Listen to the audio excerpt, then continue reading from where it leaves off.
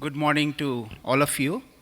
Indeed, my previous speakers set a very good tone for the topic that has been chosen for this workshop. I thank the organizers for inviting me to deliver the lecture here in this important topic of sustainability. Indeed, the purpose and the need for sustainability was well spoken by the speakers before me. And my job is, since I work in electric vehicle domain, I will take you through what have been done by the government and also industry in this particular domain to address the issues related to air pollution. And we all know this slide I will not speak anymore because already a lot of things have been discussed. One thing I want to mention here that greenhouse gas emissions have increased dramatically since 1850, and now we see that 2018, the figure that shows is it has already increased to phenomenally. And if we look at 2025, the graph goes even higher. And when it comes to air pollution situation in Delhi, if we see the graph there, that was 2024 October Times of India has announced. Within the Delhi's local sources, if you see 51.5% of sources are from PM 2.5. And I was told that we take around 11,000 liters of air every day and 25,000 breaths in a day, and we can imagine the amount of damage that is happening to our lungs. And Government of India has been proactively taken several steps to address this issue of air pollution. Indeed, there are many challenges that are yet to be addressed, and many things need to be proven and validated on the ground. And we all know that electric mobility not only focuses on addressing air pollution, but also energy security within the country. Considering geopolitical issues, we need to have our own resources to address our needs.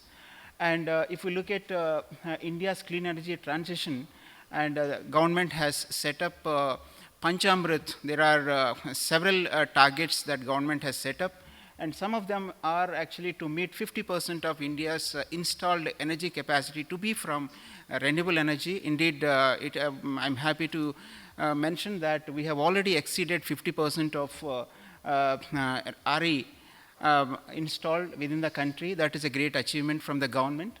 And then to reduce projected carbon emissions by 1 billion tons by 2030, that we are still struggling to do this. And then last one, if you see here, Government of India is also aiming to make 30% road transport vehicles to be electric by 2030. This is an ambitious target. Indeed, we have only achieved 7.6% of road transport vehicles are electric as of now. And if you see, it is not an easy task because there are many stakeholders involved in electric mobility.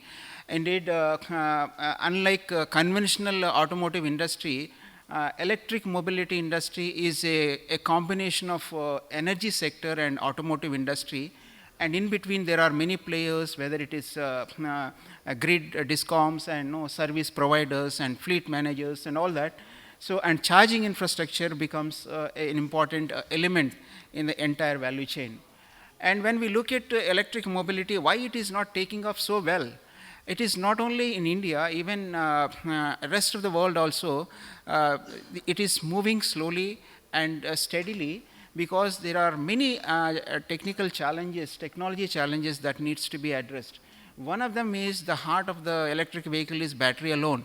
And then a tropical country like us, we need to have safety that is a paramount in any case, because these lithium-ion batteries are actually very explosive in nature, and we need to take care of the thermal management considering our tropical conditions.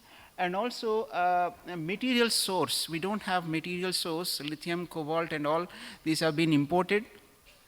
And then we don't have manufacturing equipment within the country. So far we dependent on China or in South Korea. Now because of geopolitical issues, both for the raw material import as well as for equipment, we need to depend on our own. So research organizations, industries, startups, MSMEs, they are now gearing up to work in these areas, and we can see fruits soon. And it is serious steps are being taken. And recycling technologies, that is very important. And before the conference, I was discussing with one of the representative here. Indeed, the LCA becomes an important as far as environment is concerned. So whatever technologies that we bring in, it should not impact the environment, and it should not impact the human health. So recycling technologies plays important role, and the standards are very crucial.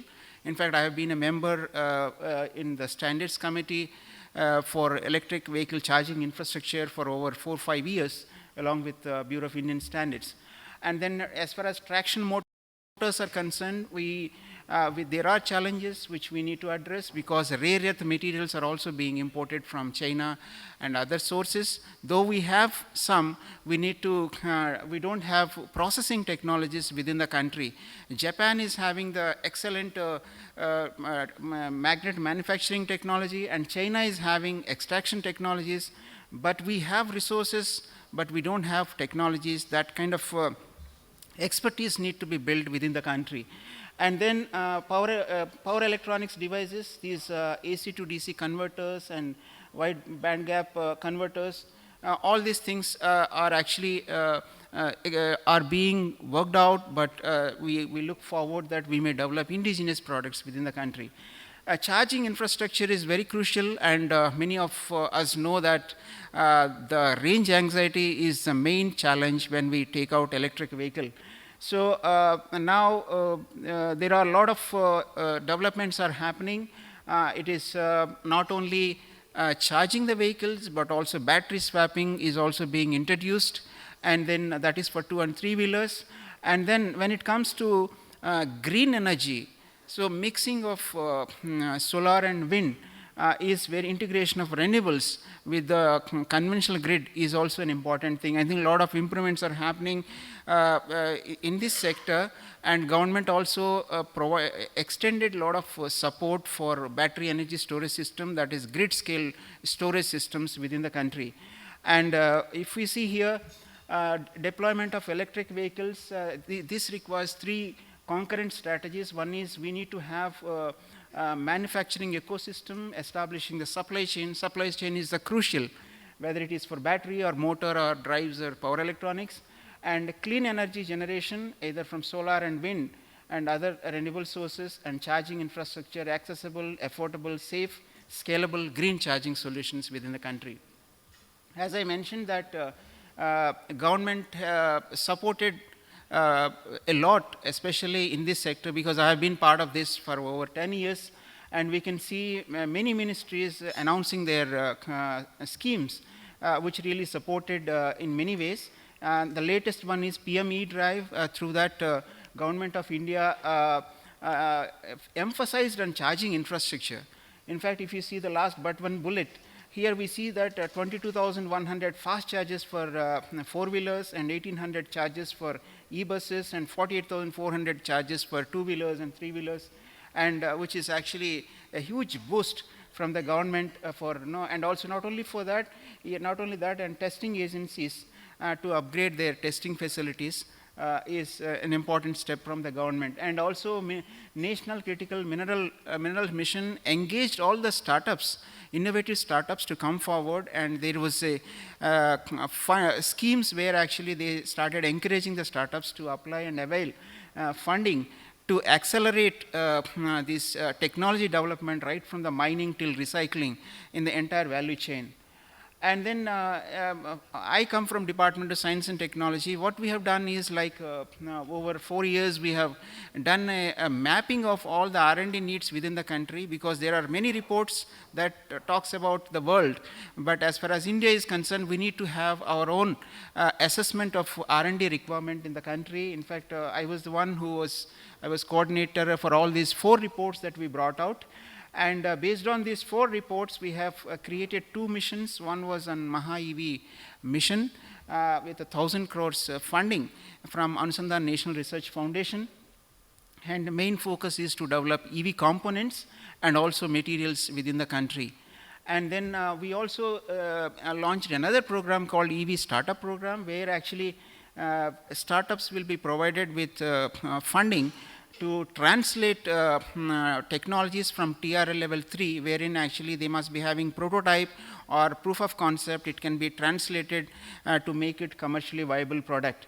And so these are the areas we have announced and to invite applications from different people, whether it is battery materials, motor materials, material circularity, even subsystems, charging infrastructure, all those things were announced.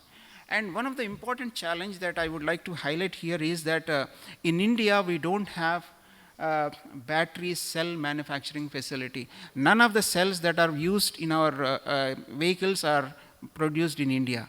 Everything is imported from abroad. And then we don't have, not even one cell was produced so far as lithium-ion battery is concerned. So, and here the challenge lies is, one is the high cost. If we import, then apart from geopolitical issues, the cost of the cells are very high and poor quality, and then partially it will contribute to the safety.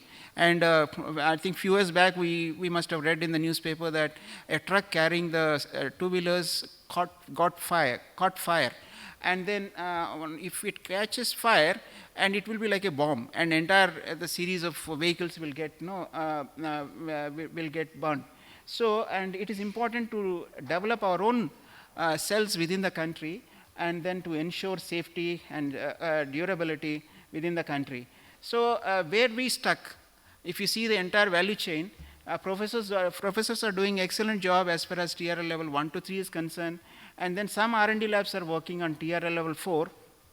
But what we need is TRL level 5 to 6, where we want to develop productionizable cells within the country. That's where was our focus, to establish rapid prototyping centers within the country, and indeed a lot of work is happening. These mimic the cells that are used in gigafactories.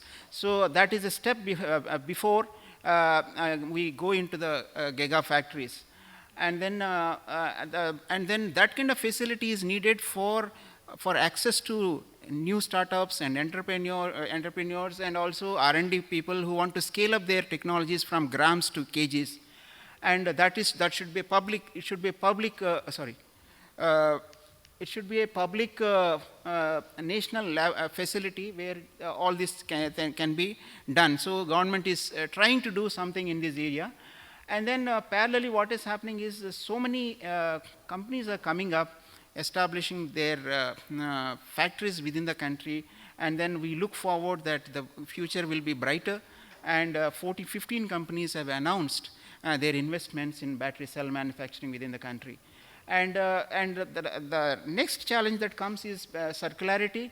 And then here we see that this sector is unorganized as far as India is concerned, and we need to ensure that batteries are disposed of well, and then critical materials can be extracted, because that will be another source for us for securing the materials. And then for all these things we need to have data, and ensure that these batteries are disposed of safely. And then if there are batteries which are actually having some life still, and we need to decide whether it should go for repurposing or for recycling. Repurposing, where actually battery can be used for secondary applications. So for all these things, what we thought of was that we need to introduce battery passport within the country. And then my department, we have been working in this area, and in fact our minister also announced this concept of battery passport, wherein actually this will be all the batteries which are coming out of the factory will be given a number, and then its entire life cycle will be traced till it is recycled. So all the data, dynamic data, static data will be captured. And Minister of Road Transport and Highways and Niti Aayog are also working in this area.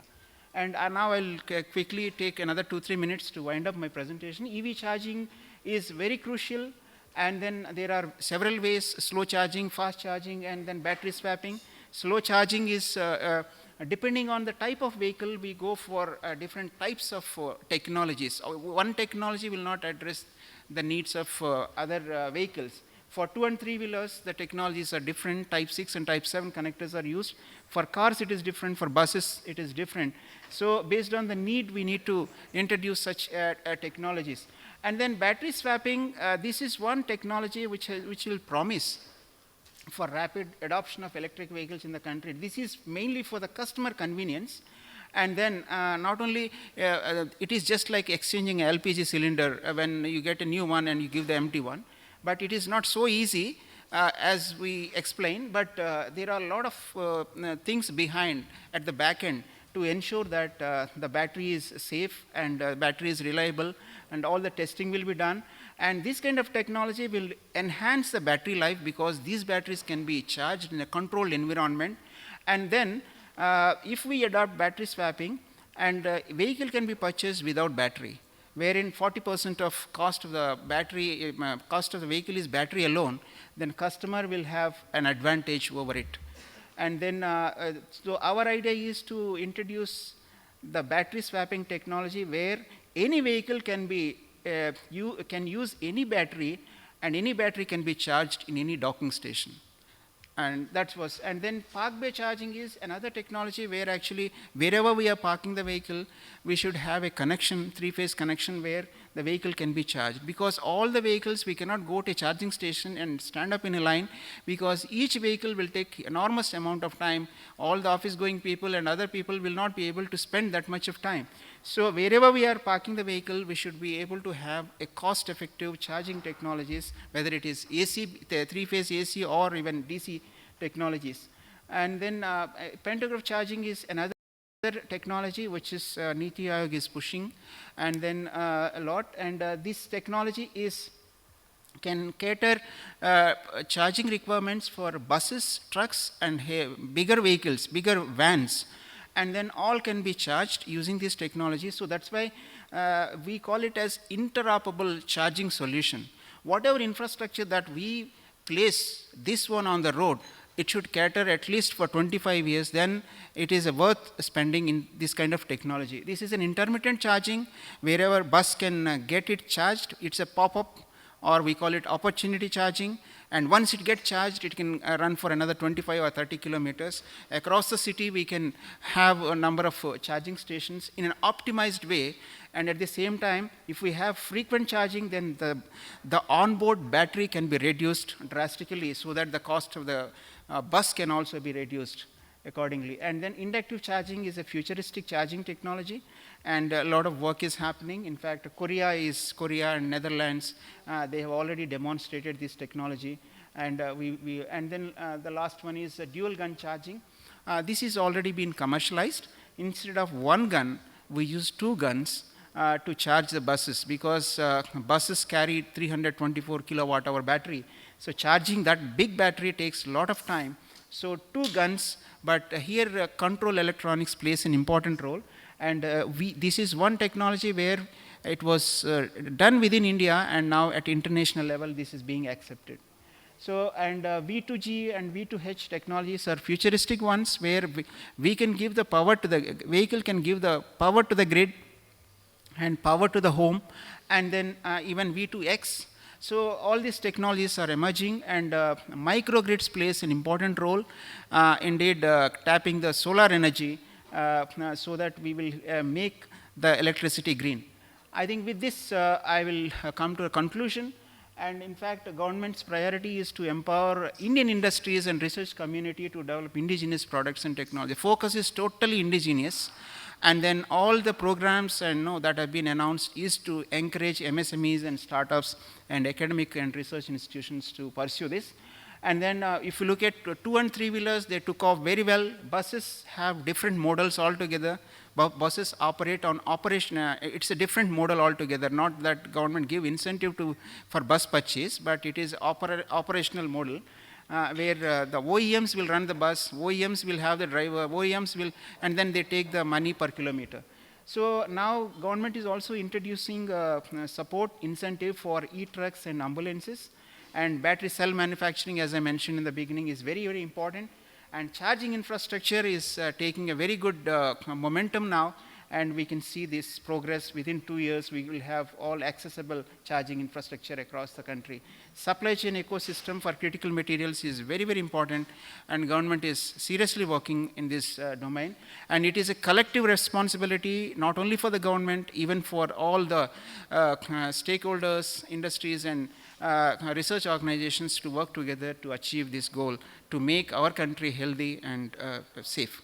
Thank you very much.